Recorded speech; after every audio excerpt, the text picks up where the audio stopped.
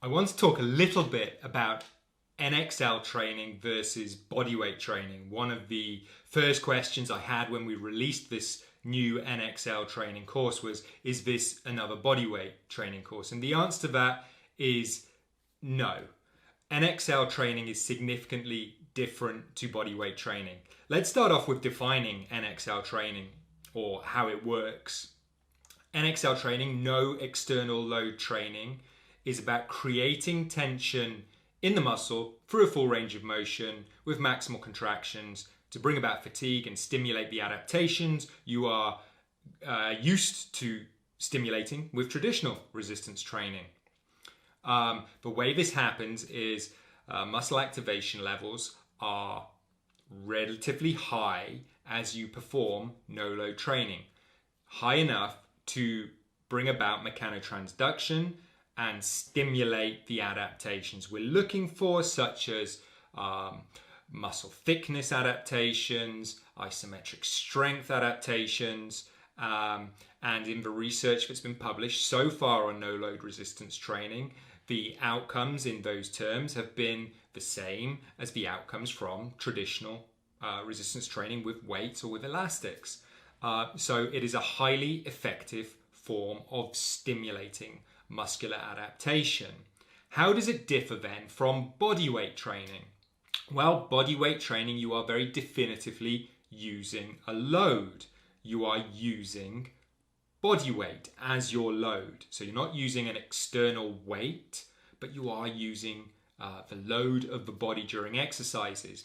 And so, as we know, body weight exercise can be highly effective and stimulate results. However, bodyweight training does come with some challenges. At one end of the spectrum, with bodyweight training, exercises can be too hard for some people. So, for example, you have somebody new to resistance training trying to perform chin-ups. They're likely, in many cases, to find that too challenging, and the stimulus is too short to trigger the adaptations we're looking for, because they can't maintain a decent time under tension or perform enough repetitions doing chin-ups. Now, there are then workarounds you would have to do. So you might, if you had a trainer, have somebody help assist you during the chin-ups, or do negative only, eccentric only chin-ups or chin downs, as it were. But then that makes the protocol more complicated. So there are some exercises in bodyweight that are too hard for some people to do, and you end up having to find complex or challenging workarounds to make bodyweight exercise work. At the other end of the spectrum, and sort of this is the reverse problem that people can have with bodyweight training, is it can get too easy. So for very strong individuals or people who've built up strength over time consistently by consistently bodyweight training, they can get to a place where some exercises simply become too easy and the time under tension goes on too long. They can perform too many reps and it becomes less efficient and the stimulus is diluted.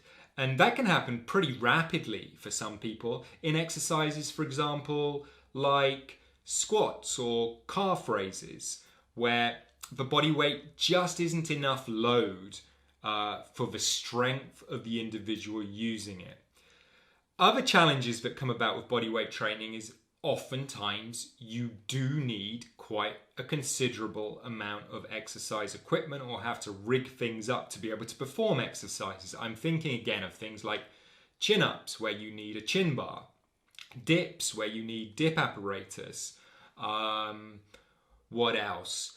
There are exercises that are like for the biceps, you need to rig up some straps to a chin-up bar to be able to perform biceps exercises effectively.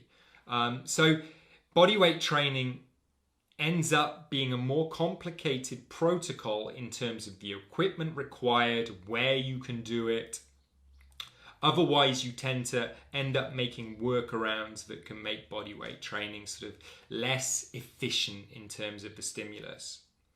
And that's the key difference, or the key differences in comparison to NXL training.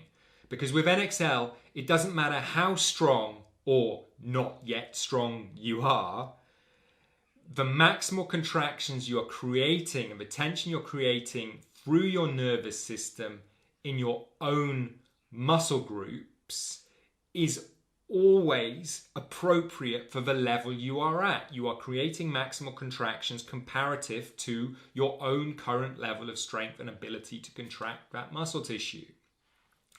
So it's always challenging enough and never too challenging. It's never too weak a stimulus or too strong a stimulus, so long as you're applying maximal high effort contractions during your NXL sets.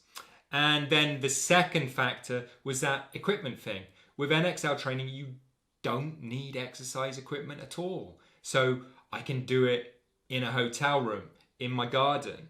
I can do it on a beach. I can do it while I'm standing at my desk and I want to get in a 20-minute workout quickly. I can do it whenever, wherever, without needing to rig things up, have equipment around me. And this is where it makes a huge difference for the freedom of your ability to resistance train and bring about an effective stimulus. And this is also why it's so useful for personal trainers who have online virtual clients, because oftentimes as a personal trainer working with a virtual client, you may end up that client doesn't have equipment, or you have to ask them to go and buy elastics or straps or bits and pieces, or they have maybe a substandard sort of machine at home that you know isn't going to be fantastic to work with or for them to work on. Or you end up having to say, oh, well, fill up a couple of milk bottles to do your lateral raises or your biceps curls with. And that can ultimately be lacking in terms, again, of effective or optimal resistance to bring about fatigue in those muscle groups. Again, with NXL training, you've got a protocol that you can explain, teach to the client that they can then perform without any equipment. You observing, giving feedback over the video call, and they're going to get such a good workout and the results they're looking for from resistance training without it becoming bogged down in unnecessary complexity. So how does NXL training feel in comparison? Is it easier to perform? Is it more comfortable to perform? Well, it's more comfortable to perform in terms of the ranges of motion you choose to use, the joint positions and the biomechanical positions you can choose to use can be tailored exactly to you. You can apply maximal contractions through the right range of motion or multiple range of motions, even during the same exercise. There's such a freedom in application in NXL training that makes the exercises from a biomechanic perspective more comfortable to perform for many people, perhaps most people. Where it's equally as uncomfortable as bodyweight training is to bring about results, you need to be training with high effort, and the way that muscles feel at the culmination of a high effort set is uncomfortable. You know, there is the burning in the muscles, in the working muscles. There is that sensations, or those sensations of discomfort as you draw close to the end of a set. And that's true whether you're using body weight, whether you're using free weights, machines, doesn't matter what you're using. So in terms of that discomfort, that muscular exertion discomfort, NXL training is going to feel similar to bodyweight training. But in terms of the ranges of motion and the planes of motion that you can use, NXL will be more comfortable than bodyweight training.